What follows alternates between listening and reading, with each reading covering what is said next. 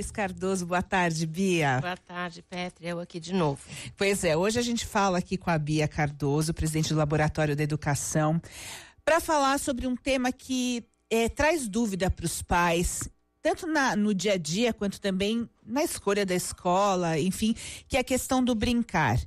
Vem sendo muito tema, né? A gente vem assistindo até na mídia muitos especialistas falando sobre a importância do brincar, como é que o brincar educa as crianças, mas quando a gente fala brincar, do que a gente está falando? Inclusive essa brincadeira livre, quais são os limites para isso? Tem que ter uma didática? O que é esse brincar que educa, Bia?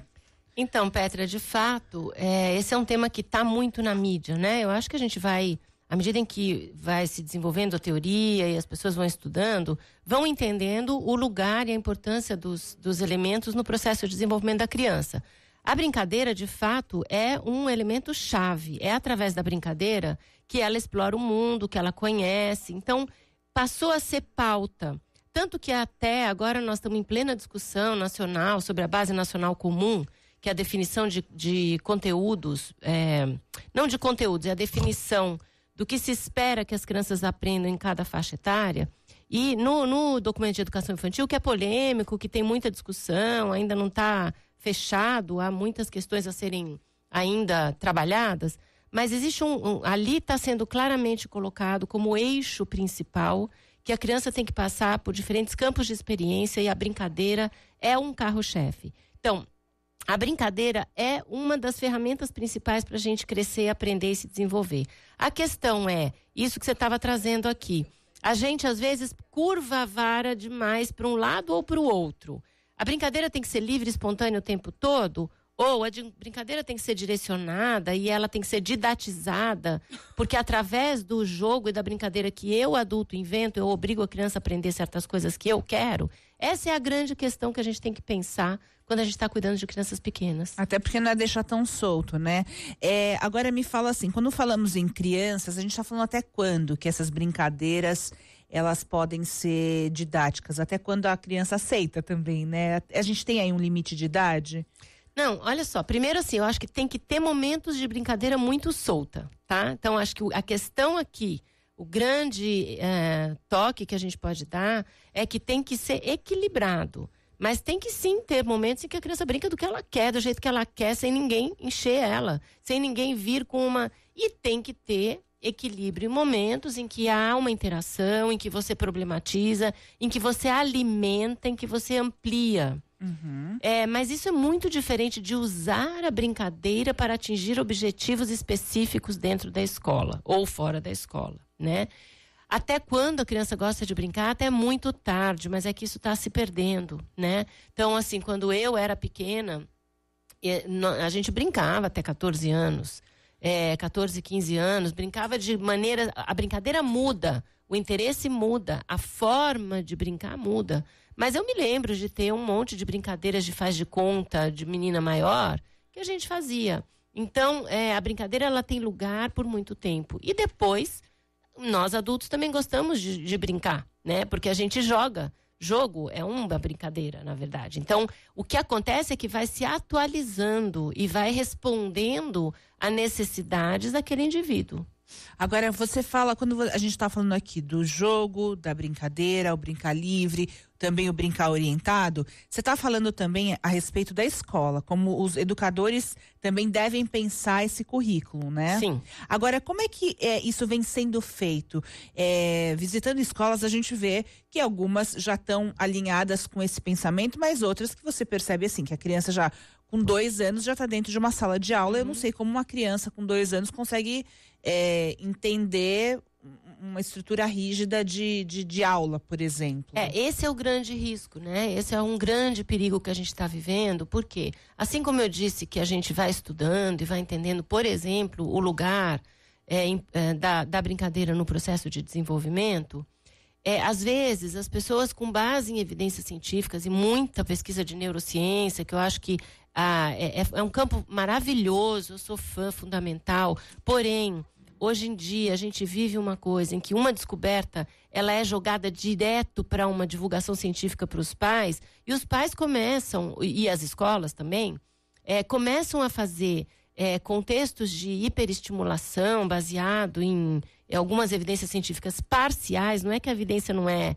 correta, ela é parcial apenas, e a gente começa a ter uma aceleração de espaços muito controlados para as crianças pequenas ficarem inseridas. A criança pequena, ela precisa explorar. É ao brincar que ela vai explorando e na interação com o adulto é que ela vai ampliando esse universo. Agora, não é de forma alguma para transformar a brincadeira numa coisa direcionada para uma criança de 2, 3 anos e ela começar a ter que responder para acelerar o processo de aprendizagem dela. Então, isso é um risco, eu acho que isso é uma coisa muito perigosa. A gente vê muitas instituições que fazem isso até com línguas, né? Ficou essa história de como a criança aprende. Eu vi algumas reportagens falando a respeito disso. Como é bom você estimular outros idiomas para a criança. Daí você vê aí a enxurrada de escolas que a gente tem bilíngues aí que trazem isso e eu queria que você falasse um pouquinho. Até você já fez até especiais a respeito disso para televisão, falando desse potencial dos bebês e como eles aprendem e tal, mas como é que a gente tem que usar isso, né? A gente fez uma minissérie com o Fantástico em 2015, que está disponível ainda no site, que é muito legal, onde a gente discute um pouco como é que do bebê até uma criança de 6 anos,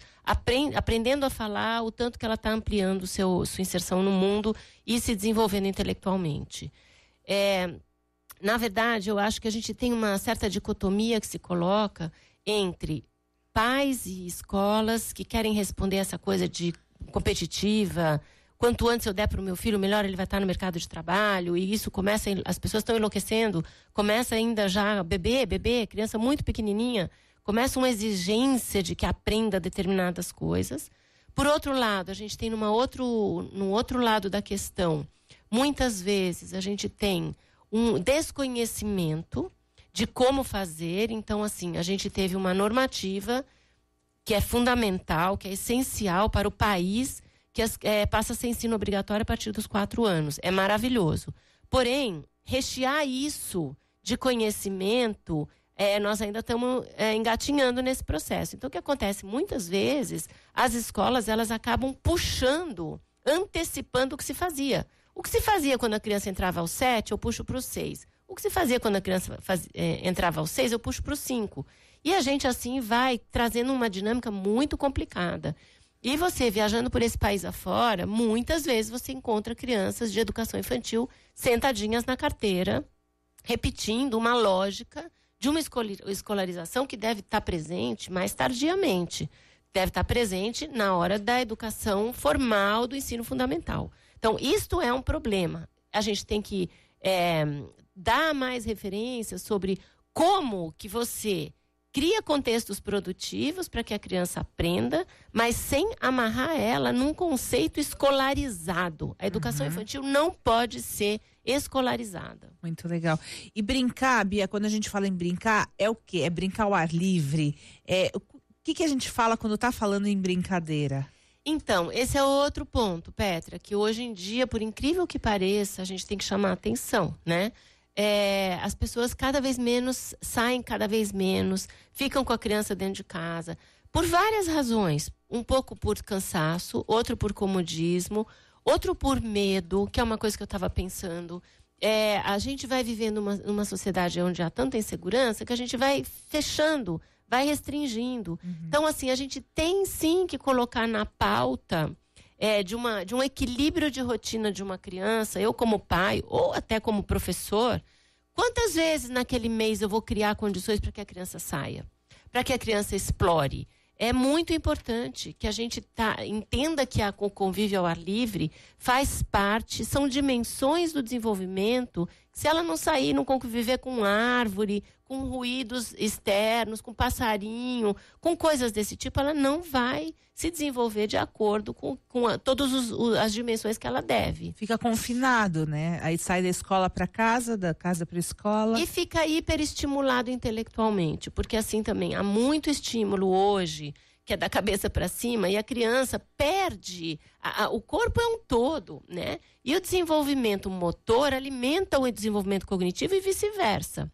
Então, assim, se a criança não tem como correr, como se jogar, como explorar, como subir, como descer, ela está perdendo uma dimensão, que é uma dimensão... eu saber me localizar espacialmente também é um desenvolvimento cognitivo. Essas coisas estão comunicadas. E a gente fica achando que tá bom a criança lá, hiperestimulada, em casa, com um jogo, com um livro. Eu sou super a favor de que se leia todo dia para as crianças. Mas a gente não pode restringir a um ambiente interno apenas. Uhum. E qual é o papel? Você estava falando aqui sobre brincar ao ar livre. E eu penso assim, até o espaço das escolas, pelo que eu percebo, visito, é cada vez menor o espaço das escolas. Como que se trabalhar isso? É ir para a rua? É programar passeios? Como é que se faz isso do ponto de vista do educador também, né? De novo, aqui a gente entra em coisas que o mundo foi se complexificando e ficando cheio de medos, né? Sair com as crianças é uma coisa que eu acho que cada vez mais os professores têm medo. Eu, quando eu era professora, há 20, 30 anos atrás, era uma prática, a gente saía, pegava, fazia tour pelo bairro, eu viajava com os meus alunos, pequenininhos. Ai, que legal. Levava para fazer fim de semana. É difícil hoje em dia, porque hoje a gente tem tanto medo de que qualquer coisa aconteça, que isso vai ficando restrito. Agora, é preciso organizar. Na verdade, o fato da escola ou da casa não ser o melhor espaço do mundo, claro, a escola seria o ideal. A casa é o que a gente pode ter. Mas o que eu acho que tem no mundo o que é muito legal, que no processo de desenvolvimento da criança muito pequena, é muito democrático. Porque a gente precisa de muito pouco para poder propiciar uma brincadeira que enriquece, que amplia a linguagem, que amplia o conhecimento do corpo. Às vezes você transforma objetos, você brinca de faz de conta, e você amplia tanto que qualquer pessoa pode. É uma questão de estar informado e determinado a escutar, se relacionar com aquela criança, e aí conseguir ampliar e brincar com ela. Então, tem essa vantagem, né? Que todo mundo pode brincar, todo mundo pode criar um contexto interessante para a criança. Você vai trazendo elementos novos, você vai criando desafios para ela, que seja num quarto, que é o quarto que você tem. Quanto a sair, eu acho que a gente tem sim que considerar. As cidades não são tão convidativas, né? A gente tem medo de pegar um transporte público com a criança. Mas eu acho que existem iniciativas que estão sendo retomadas. Por exemplo, Bia? Eu acho que tanto na escola pública quanto na privada, começa a haver uma preocupação maior em que a criança se relacione com a criança. Com a cidade, desculpa. Tem várias iniciativas. Tem mesmo uma iniciativa muito interessante que a gente está participando, está no começo dela, mas a gente está participando desse grupo que está desenvolvendo, chama Urban 95. É uma iniciativa da Fundação Van Leer, que é uma fundação holandesa, e é Urban 95 porque 95 é o tamanho de uma criança média de 6 anos. É todo um movimento e um projeto para como a gente faz para que a cidade inclua mais a criança como um ator e a criança possa explorar mais a cidade e conhecer mais a cidade. Então, assim, tem muitas maneiras. Eu já vim num programa aqui sobre a criança e a cidade, que a gente conversou. Eu mesma falei aqui que a gente devia levar as crianças para passearem para lugares nada óbvios. Leva para passear onde você vai, mesmo que seja um lugar feio. Não importa, essa é a nossa cidade. E a gente aprender a mostrar para a criança a beleza que aquela dinâmica daquele quarteirão, daquele espaço tem. Então, assim, a gente tem que se arriscar um pouco também. Agora, quando você fala, né, da brincadeira, e eu aqui estava fazendo uma reflexão, para mim é muito difícil olhar para uma criança que não brinca, né? Eu tenho uma de 2 anos, ela não fica parada um segundo. Quer brincar o tempo inteiro com qualquer coisa, então se não é comigo é com outro e tal. E a gente tem que ir arranjando atividade. A sensação que eu tenho é essa. E aí que acho que está o ponto que muitos pais caem na cilada de achar que a criança é hiperativa e começa aquela história né, uma criança extremamente saudável acaba virando uma criança doente porque tem muita energia.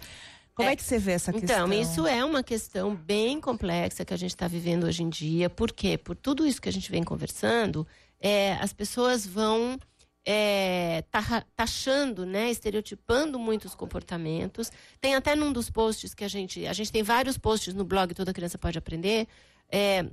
A gente tem um que trata de um filme que chama Tarja Branca, que foi feito pelo Instituto Alana, que é um instituto que também tem um trabalho muito interessante, chama atenção para o desenvolvimento da criança.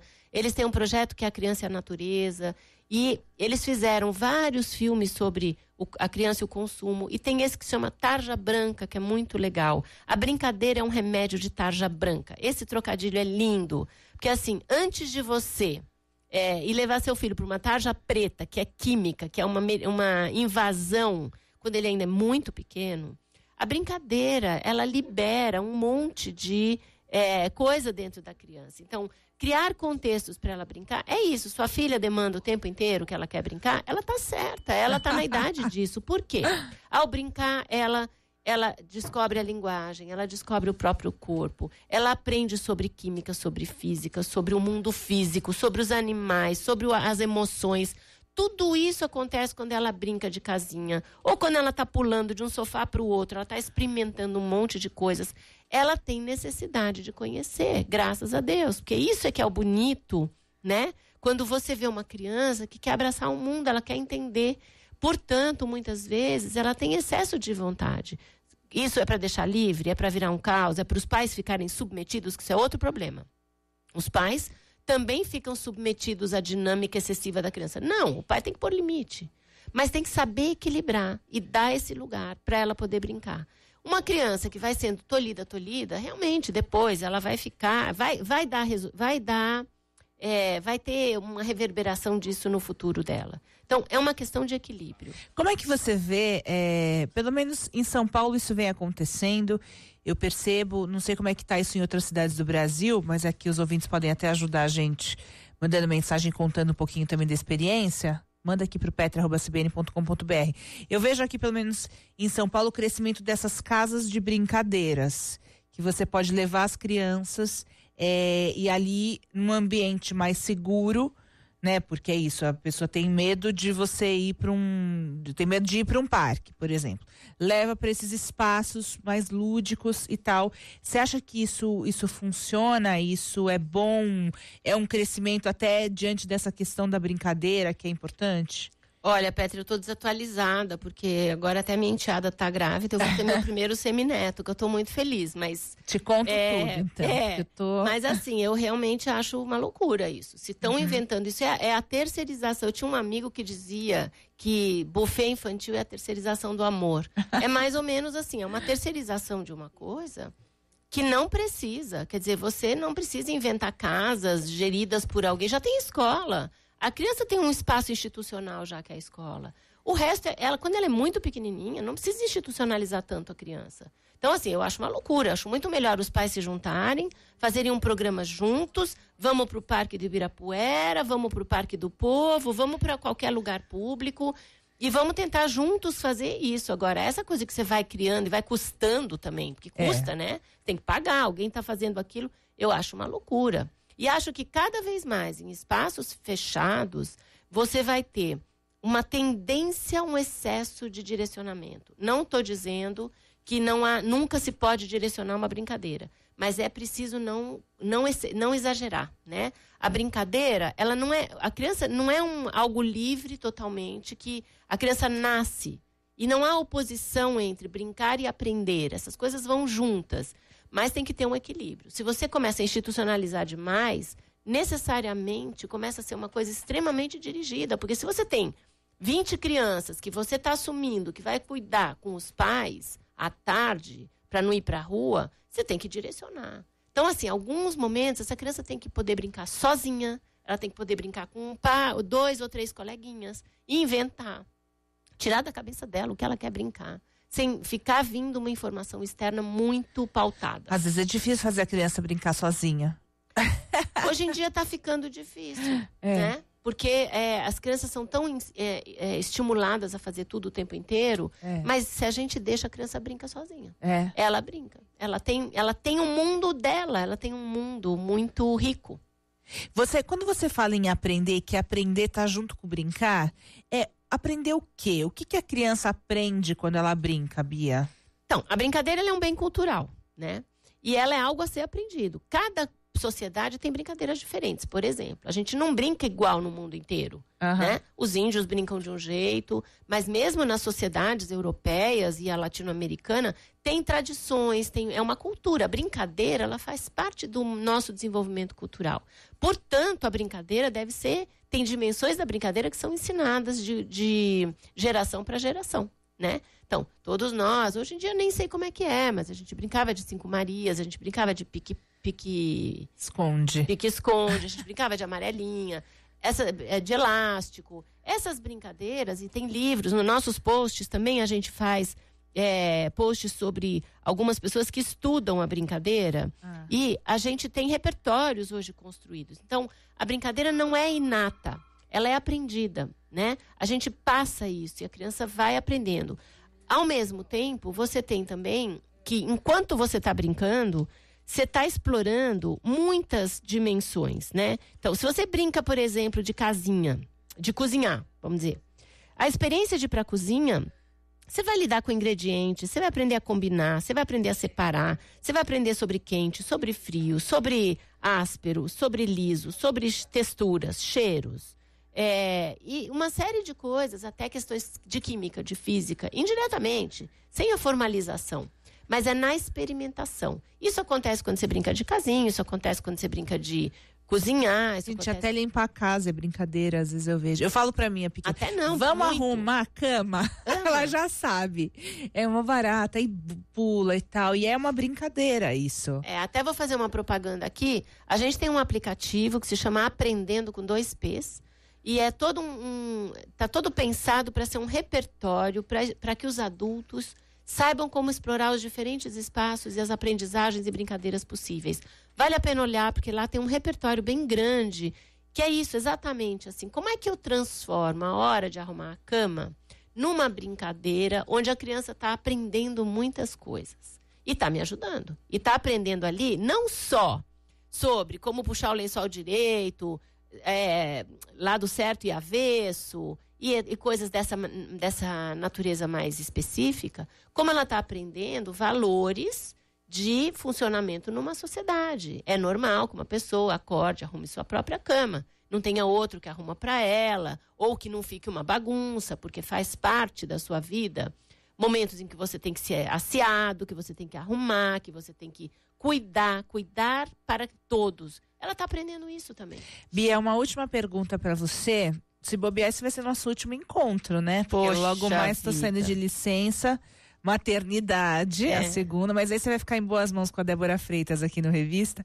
Agora, uma última pergunta que eu preciso fazer para você é o ponto do adulto, na verdade. O adulto precisa reaprender a brincar, porque se a gente está falando da importância do brincar, porque isso em algum momento está se perdendo, né?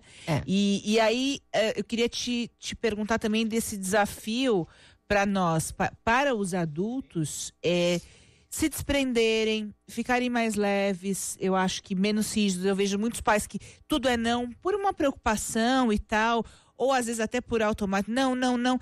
Como é que a gente pode reaprender esse brincar, ou aprender a brincar mais velho mesmo, né?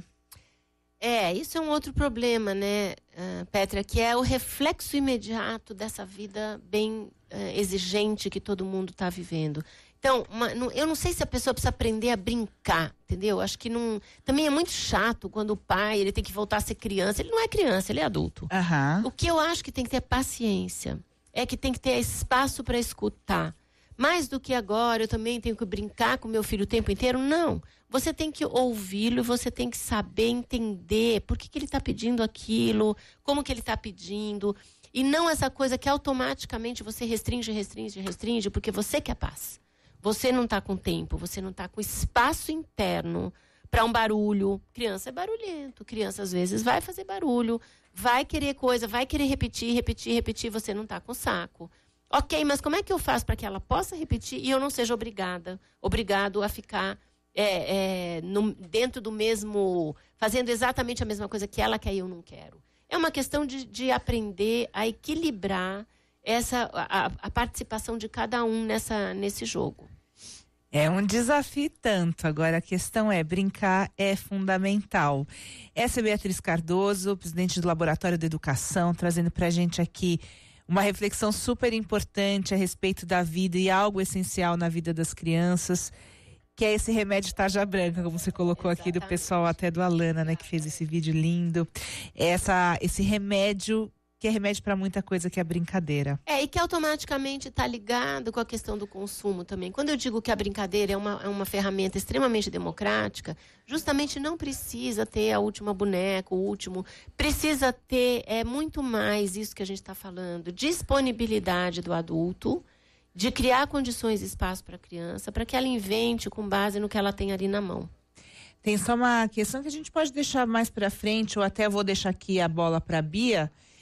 Tem um ouvinte que pergunta pra gente brincadeiras também para crianças autistas, aí entrando na questão de cada criança. Aí a pesquisa, né, Bia? Tem que pesquisar, porque com certeza a criança, ou com algum problema de mobilidade, mas é sempre possível. A criança é esse universo tão rico, né?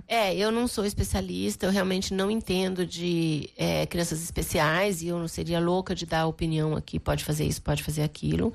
Mas eu entendo que toda criança, dentro de suas limitações, tem uma capacidade a brincadeira é uma ferramenta de compreensão do mundo e de si mesmo. Então, dentro das limitações dela, como ela pode fazer isso? De alguma forma deve poder. Estou lembrando aqui o tempo todo de uma série que eu me apaixonei recentemente do Netflix, que chama Anne with an E. É sensacional, é a história de uma menina órfã. E ela tem um mundo inteiro de imaginação que ela construiu com base no nada. É sensacional, vale a pena pra gente ver como mesmo, com todas as limitações do mundo, uma criança que ou ela sozinha, no caso essa menina é ela sozinha, ou ela é estimulada por um contexto, vai além e supera essas dificuldades. Eu vou deixar aqui a série para quem quiser, vou deixar aqui o título também no meu Twitter dessa série recomendada então pela Bia, tá no Netflix, né, Bia? Tá, Anne with an E. Muito bom. Beatriz Cardoso, obrigada. Eu que agradeço. E continue aí com esse trabalho lindo que vocês fazem, que eu sou super fã. E tem também o aplicativo Aprendendo, que é lindo também, ajuda muitos pais, né? Muito fácil também, é só baixar lá. Só baixar, Aprendendo com 2 P's em qualquer uma das lojas. Bia, até mais. Obrigada.